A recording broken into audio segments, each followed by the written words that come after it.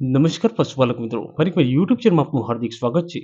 આજે આપણા વિડીયોમાં ચર્ચા કરવાના છીએ કે પશુધન વીમા સહાય યોજના વિશે આજે આપણા વિડીયોમાં ચર્ચા કરીશું. તેમાં પશુધન વીમા સહાય યોજના જે આપવામાં આવેલી છે સરકારશ્રી દ્વારા અત્યારે હાલમાં જે આઈ ખેડૂત પોર્ટલ પર હાલમાં આ યોજના ચાલુ છે. તેમાં કઈ સરકારશ્રી દ્વારા કઈ શરતો જે રાખવામાં આવેલી છે. તો તમને આમાં કઈ શરતો રાખવામાં આવી છે તે શરતો વિશે આજે આપણા વિડીયોમાં ચર્ચા કરીશું. સ્ટેપ બાય સ્ટેપ તમને આ વિડીયોમાં બતાવીશું. તમે ઘરે બેઠા પણ તમે ઓનલાઈન અરજી કરી શકો. તે માટે પણ એક વિડીયો અગાઉ જે બતાવવામાં આવ્યો હતો એટલે કે મૂકવામાં આવ્યો હતો આ ચેનલ પર. તેમાં અમુક મિત્રોની જેમ અમુક પશુપાલક મિત્રોની કોમેન્ટ હતી કે પશુધન વીમા સહાય જે યોજના છે, પશુને કેટલા વર્ષની વીમા પોલિસી મળી શકે છે તેના વિશે અમુક કોમેન્ટ આવી હતી. તેના વિશે આજે ફરી એક વિડીયો બનાવીને ફરી અપલોડ કરું છું કે તેમાં જે પશુધન વીમા સહાય જે યોજના છે તેમાં સરકારશ્રી દ્વારા જે ક્રાઇટેરિયા જે નક્કી કરવામાં જે આવેલા છે, ગુજરાત સરકારશ્રી દ્વારા જે ક્રાઇટેરિયા નક્કી કરવામાં આવેલા છે તેમાં તમારે તે જે ક્રાઇટેરિયા જે નક્કી કરવામાં આવેલા છે તે ક્રાઇટેરિયા અને જે શરતો જેની જે શરતો જે રાખવામાં આવેલી છે તે શરતો જે પણ આપવામાં આવેલી છે સાઈડ પર, તો તમારે કઈ રીતના તે શરતો જોવી અને તમારે શરતો કઈ શરતો રાખવામાં આવી છે તે સંપૂર્ણ માહિતી તમને આ વિડીયોમાં બતાવવામાં આવશે.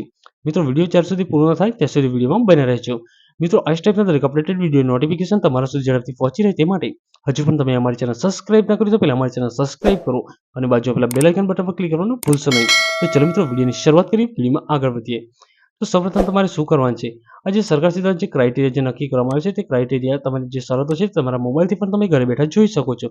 જો મિત્રો તમે સ્માર્ટ મોબાઈલ યુઝ કરતા હોય તો તમે તમારા મોબાઈલમાં ઘરે બેઠા પણ તમે આ ઓનલાઈન અરજી કરી શકો છો અને તમે આ જે ઘરે બેઠા પણ તમે આ શરતો જે રાખવામાં આવી છે તે શરતો પણ તમે જોઈ શકો છો.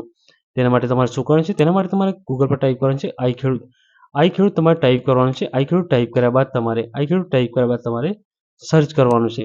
જો મિત્રો તમે આઈ ખેડૂત ટાઈપ કર્યા બાદ તમે સર્ચ કરશો એટલે ગૂગલમાં આ પ્રકારની ઘણા પ્રકારની સાઇડો ઓપન થશે. તેમાં ફર્સ્ટ નંબર જે સાઇડ જે આપવામાં આવેલી છે આઈ ખેડૂત ગુજરાત, જે ફર્સ્ટ નંબરની જે સાઇડ છે પશુપાલક મિત્રો, તે ઓફિશિયલી સાઇડ છે. તે ફર્સ્ટ નંબરની સાઇડ પર તમારે ક્લિક કરવાનું છે. જેવું તમે ફર્સ્ટ સાઇડ પર તમે ક્લિક કરશો એટલે એક હોમ પેજ શો થશે. એટલે ગુજરાત સરકાર દ્વારા જે આ રીતે એગ્રીકલ્ચર દ્વારા એક હોમ પેજ બનાવવામાં આવેલું છે જ્યાં ઓફિશિયલી સાઇડ છે તેનો રીતે હોમ પેજ આવશે. તેમાં એક નોટિફિકેશન આવશે તેને ક્લોઝ કરવાનું છે. ત્યારબાદ યોજનાઓમાં જવાનું છે. યોજનાઓ જે લખેલું છે તેના પર તમારે ક્લિક કરવાનું છે. જો તમે યોજના પર તમે ક્લિક કરશો એટલે 4 યોજનાઓ બતાવશે. આ જે એગ્રીકલ્ચર દ્વારા એક જે પોર્ટલ જે બનાવવામાં આવ્યું છે તેમાં જે 4 યોજનાનો સમાવેશ કરવામાં આવ્યો છે. તેમાં ફર્સ્ટ યોજના છે ખેતીવાડીની યોજના, બીજી પશુપાલનની યોજના, ત્રીજી બાગાયતની યોજના અને ચોથી છે મત્સ્યપાલનની યોજના. અત્યારે જે આપણે હાલમાં જે ચર્ચા કરી રહ્યા છીએ જે પશુધન વીમા સહાય યોજના, તે યોજના છે પશુપાલનની યોજના. તો બીજા નંબર જે યોજના છે તેની સામે ક્લિક કરો, તે લખેલું છે તેના પર તમારે ક્લિક કરવાનું છે. જેવું તમે તેના પર તમે ક્લિક કરશો એટલે ફર્સ્ટ નંબર જે યોજના છે આ જે યોજના આપવામાં આવી છે પશુધન વીમા સહાય યોજના, તે ફર્સ્ટ યોજના પર તમારે ક્લિક કરવાનું છે. જો તમે ફર્સ્ટ યોજના પર તમે ક્લિક કરશો એટલે તમારે શું કરવાનું છે, આ રીતના યોજના ડિટેલ્સમાં ખુલશે. તેમાં જે સરકારશ્રી દ્વારા જે શરતો જે મૂકવામાં આવી છે તે શરતો જોવા માટે તમારે જે આ છઠ્ઠા નંબર જે ડોક્યુમેન્ટ જે લખેલું છે, નીચે ડોક્યુમેન્ટ જે લખ્યું છે તે ડોક્યુમેન્ટ પર તમારે ક્લિક કરવાનું રહેશે. જેવું તમે ડોક્યુમેન્ટ પર તમે ક્લિક કરશો એટલે આ રીતના તમને બતાવશે ફોર્મેટ. તેમાં જે જગ્યા પર લખ્યું છે જોવો, આ રીતના જે ચોરસ જે બોક્સ બતાવવામાં આવ્યું છે જે બટન, તે બટન પર અંદર લખેલું છે જોવો, તો જોવો પર તમારે ક્લિક કરવાનું છે. જો તમે જોવો પર તમે ક્લિક કરશો આ રીતના જે શરતો જે સરકારશ્રી દ્વારા જે અમલીકરણ જે એજન્સી પાસેથી જે આ રીતના જે યોજનાની જે શરતો છે, શરતો અને બોલીઓ, તે શરતો તમારે જોઈ લેવા છે. તો મિત્રો, આ રીતના જે સરકારશ્રી દ્વારા જે શરતો જે આપવામાં આવેલી છે તેમાં આ યોજનાનું નામ છે કે કેન્દ્ર સરકારના નેશનલ લાઇવ સ્ટોક મિશન હેઠળની કેન્દ્ર તથા રાજ્ય પુરસ્કૃત રિસ્ક મેનેજમેન્ટ એન્ડ ઇન્સ્યોરન્સ યોજના. આ યોજના જે આપવામાં આવી છે પશુધન વીમા સહાય યોજના, તેમાં જે આપવામાં આવ્યું છે કે અમલીકરણ જે એજન્સી છે તે એજન્સીની જે આ કચેરી જે રાખવામાં આવેલી છે કે ગુજરાત પશુધન વિકાસ બોર્ડ, કૃષિ ભવન ગાંધીનગર. યોજનાની શરતો અને બોલીઓ આજે આપવામાં આવી છે. 8 પ્રકારની જે શરતો જે રાખવામાં આવી છે તે શરતો જે ફર્સ્ટ નંબર જે શરત જે આપવામાં આવી છે કે તેમાં જે પહેલા નંબર જે શરત જે રાખવામાં આવેલી છે કે આ યોજનાનો અમલ રાજ્યના તમામ જિલ્લાઓમાં કરવાનો રહેશે. એટલે કે જે રાજ્યના જે ગુજરાત રાજ્યના જે જિલ્લાઓ છે તે તમામ જિલ્લામાં જે યોજના જે ચાલુ કરવામાં આવી છે તેનો અમલ કરવાનો રહેશે તમામ જિલ્લામાં. ત્યારબાદ બીજા નંબર જે આપવામાં આવ્યું છે કે આ યોજનાના રાજ્ય કક્ષાના નિયંત્રણ અધિકારી, સિનિયર કારોબારી અધિકારી શ્રી ગુજરાત પશુધન વિકાસ બોર્ડ ગાંધીનગર રહેશે. સદર યોજનાના અમલીકરણ બાબતે જો કોઈ પ્રશ્ન ઉપસ્થિત થાય તો તેવા કિસ્સામાં મુખ્ય કારોબારી અધિકારી શ્રી ગુજરાત પશુધન વિકાસ બોર્ડ ગાંધીનગરનો નિર્ણય આખરી રહેશે. આમાં જે પણ નિર્ણયો જે લેવાશે તેમાં જે કચેરીનું નામ જે આપવામાં આવ્યું છે કે ગુજરાત પશુધન વિકાસ બોર્ડ ગાંધીનગર જે કચેરી છે તે કચેરીથી આખરી તમારા કોઈ બી નિર્ણય હશે તે કચેરીથી લેવામાં રહેશે. આખરી નિર્ણય ત્યાંથી તમારે લેવાશે.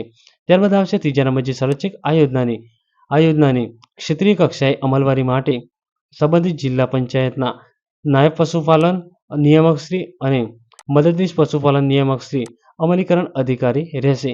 એટલે કે જે જિલ્લાઓમાં જે તમારે કઈ કચેરીએ સંપર્ક કરવો આ યોજના વિશે જે તમારે સંપર્ક કરવો હોય તો તમારો જે જિલ્લો લાગતો હોય તે જિલ્લામાં જે જિલ્લા પંચાયત જે કચેરી હોય છે તેમાં તમારી જે પશુપાલન અધિકારીશ્રી જે કચેરી હોય છે ત્યાં પશુપાલન અધિકારીશ્રી જે કચેરીમાં નાયબ પશુપાલન નિયામકશ્રી અને મદદનીશ પશુપાલક નિયામકશ્રી જે પણ જે તે જિલ્લાના હોય તમારે જે પણ જિલ્લો લાગતો હોય તેના જે અમલીકરણ અધિકારી રહેશે. તમારે જે પણ જિલ્લો લાગતો હોય તે જિલ્લાના તમારે જો કંઈ બી તમારે જો કોઈ પૂછવું હોય તમારી કચેરી તમારે અરજી કર્યા બાદ તમારે કઈ જગ્યા પર તમારે ચેક કરવાનું રહેશે તે તમારે જે જિલ્લા પંચાયત જે લાગતી હોય તેમાં જે પશુપાલનની જે કચેરી લાગતી હોય જે જિલ્લા પંચાયતમાં આવેલી હોય છે કચેરી પશુપાલન અધિકારીશ્રીની કચેરી તે કચેરીમાં જઈને તમારે નાયબ પશુપાલન નિયામકશ્રી અથવા તમારે મદદનીશ પશુપાલક નિયામકશ્રીને તમારે સંપર્ક કરવાનો રહેશે. એટલે કે તેનાથી આ યોજનાના અમલીકરણ અધિકારી રહેશે. ત્યારબાદ આમાં જે આપવામાં આવ્યું છે કે જિલ્લા પશુપાલન અધિકારીએ તેઓના કાર્યક્ષેત્ર હેઠળના જિલ્લામાં યોજનાનું અમલીકરણ કરવાનું રહેશે અને સદર યોજના હેઠળ નિયત થયેલ ભૌતિક તેમજ નાણાકીય લક્ષ્યાંકો મુજબ ચોક્કસ સમય મર્યાદામાં સરકારશ્રીની વખતની સૂચનાઓ મુજબ કામગીરી થાય તેની તકેદારી રાખવાની રહેશે.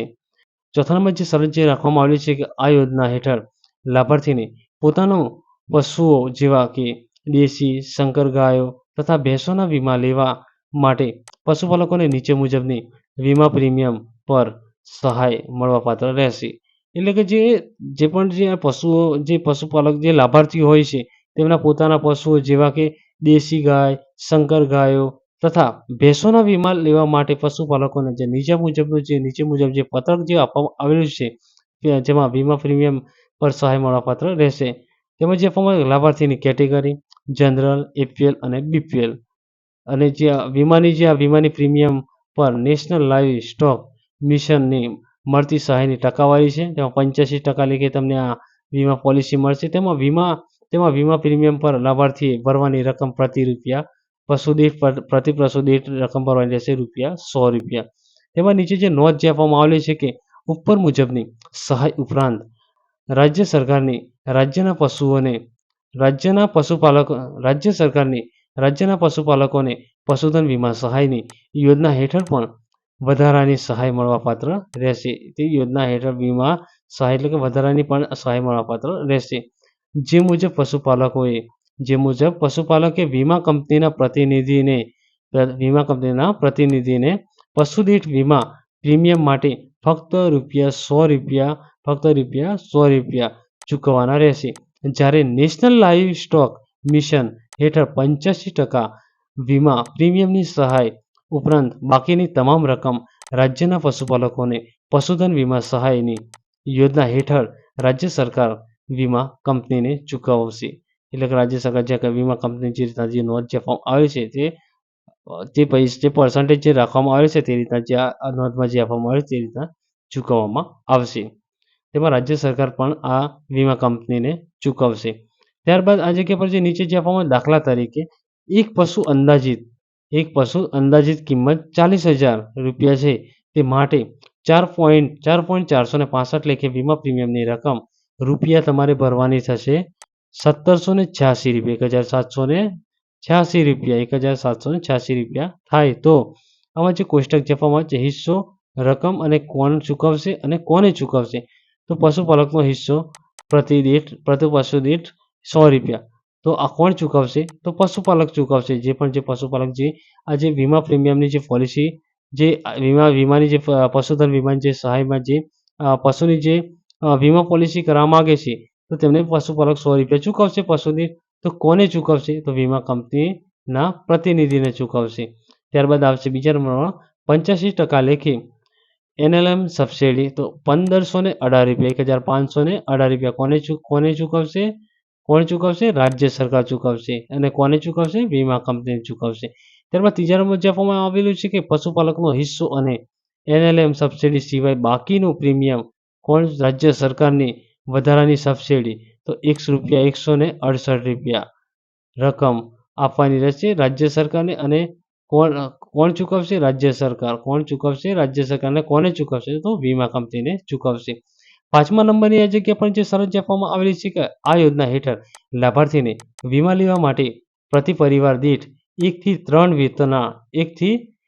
ત્રણ વેતરના હોય તેવા મહત્તમ 10 પશુઓ ગાય અને ભેંસ વર્ગના અને પ્રીમિયમ પર સબસિડીનો લાભ મર્યાદિત રહે છે. તેમજ જે આપવામાં છે કે પરિવાર દીઠ 1 થી 3 વેતનના હોય તેવા મહત્તમ 10 પશુઓ ગાય અને ભેંસ વર્ગના ને પ્રીમિયમ પર સબસિડીનો લાભ મર્યાદિત છે. તે રીતના મર્યાદિત છે. સરકારશ્રીના જે આ શરતોના ક્રાઇટેરિયા મુજબ જે નક્કી કરવામાં આવેલું છે. આમાં જે સરકારશ્રીના નિયમ મુજબ જે આપવામાં આવે છે કે નોંધ જે મારવામાં આવેલી છે નોંધ જે મારવામાં આવેલી છે કે પરિવારની વ્યાખ્યા Mahatma Gandhi national rural employment guarantee act 2005 મુજબ લેવાની રહેશે. આ રીતે જે નક્કી કરવામાં આવે છે તે રીતે લેવાની રહેશે. છઠ્ઠા નંબર જે શરત જે આપવામાં આવેલી છે કે આ યોજના હેઠળ લાભાર્થી આઈ ખેડૂત પોર્ટલ પર ઓનલાઈન અરજી કરી અરજીની પ્રિન્ટ કાઢી સહી કરી જરૂર પ્રમાણિત દસ્તાવેજોની સાથે અરજી આઈ ખેડૂત પોર્ટલ પર જ અપલોડ કરવાની રહેશે અથવા નજીકના પશુ દવાખાના ખાતે અરજી તથા સ્વપ્રમાણિત દસ્તાવેજોની નકલ આપવાની રહેશે. આ જે આપવામાં આવ્યું છે કે જે તમે અરજી કરો છો તે અરજીની પ્રિન્ટ કાઢી લેવાની છે તેના પર તમારે સહી કરવાની રહેશે સ્વપ્રમાણિત દસ્તાવેજો અને આઈ ખેડૂત પોર્ટલ પર તમારે અપલોડનું જે બટન જે આપવામાં આવેલું છે તેના પર તમારે અપલોડ કરવાની રહેશે અને અથવા તમારે જે નજીકના જે પશુ દવાખાના હોય છે તે પશુ દવાખાના ખાતે અરજી સ્વપ્રમાણિત દસ્તાવેજોની નકલ આપવાની રહેશે. અને સાતમા નંબરે જે આપવામાં આવેલી છે જે શરત કે આ યોજનામાં પસંદ થયેલ અરજદારને તેના પશુઓના વીમા લેવા માટે તેના ભાગે આવતી વીમા પ્રીમિયમની રકમ જ્યારે સરકારે નિયુક્ત કરેલી વીમા કંપની અથવા તેના પ્રતિનિધિને જમા કરાવી તેની પોલિસીની નકલ મેળવી લેવાની રહેશે. હવે જે પણ આ અરજદારે જે પશુઓના વીમા લેવાની જે પસંદ તમારી જે અરજી મંજૂર થઈ જશે ત્યારબાદ તમારે જે વીમા લેવા માટે તેનો ભાગે આવતી જે વીમા પ્રીમિયમની જે રકમ રાજ્ય સરકારે નિયુક્ત કરેલ છે વીમા કંપનીને અથવા તેના પ્રતિનિધિને જમા કરાવી અને જે રકમ છે તે જમા કરાવી તેની પોલિસીની નકલ મેળવી લેવાની રહેશે અરજદારે. જ્યારે સબસિડીની રકમ જ્યારે સરકાર દ્વારા વીમા કંપનીને આપવામાં આવશે આઠમા નંબરે જે શરત આપવામાં આવે છે કે વીમો લેતી વખતે અને દાવો રજૂ કરતી વખતે નિયત થયેલ શરતો બોલીઓનું પાલન કરવાનું રહેશે.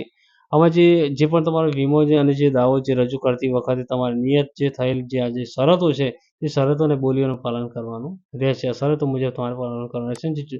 જોડાણની જે તમારા ડોક્યુમેન્ટ છે સરકાર માન્ય ફોટાવાળા ઓળખપત્રની નકલ મૂકવાની રહેશે. તેમાં તમારું આધાર કાર્ડ આવશે, મતદાર ઓળખ કાર્ડ એટલે તમારું ચૂંટણી કાર્ડ પણ તમે મૂકી શકો છો. આ જગ્યાએ તમારું ડ્રાઇવિંગ લાયસન્સ પણ મૂકી શકો છો, કિસાન ક્રેડિટ કાર્ડ પણ તમે મૂકી શકો છો. આ જે ચાર જે ડોક્યુમેન્ટ જે બતાવવામાં આવે છે જોડાણના તમે એમાંથી કોઈ એક પણ મૂકી શકો છો. રેશન કાર્ડની નકલ તમારે ફરજિયાત મૂકવાની રહેશે. તો મિત્રો આ રીતના તમારી જે શરતો છે તે આ રીતના શરતો છે અને તે શરતો તમને અગાઉ જે પણ બતાવવામાં આવી તમે સાઇટ પરથી પણ તમારા મોબાઈલથી તમે જોઈ શકો છો, વાંચી શકો છો અને શરતોના આધીન તમારે જે અરજી કરવાની રહેશે. આ શરતો તમારે વાંચી લેવાની છે. શરતો વાંચ્યા બાદ તમે અરજી કરી શકો છો. તો થેન્ક યુ મિત્રો, આભાર મિત્રો. આ સ્ટાઇલના દરેક અપડેટેડ વિડીયો નોટિફિકેશન તમારા સુધી ઝડપથી પહોંચી રહે તે માટે હજુ પણ તમે અમારી ચેનલ સબસ્ક્રાઇબ ન કરો તો પહેલાં અમારી ચેનલ સબસ્ક્રાઇબ કરો અને બાજુ પેલા બેલ આઇકન બટન પર ક્લિક કરવાનું ભૂલશો નહીં. તો ચલો મિત્રો મળીશું ફરી એક નવા વિડીયોમાં. થેન્ક યુ, આભાર.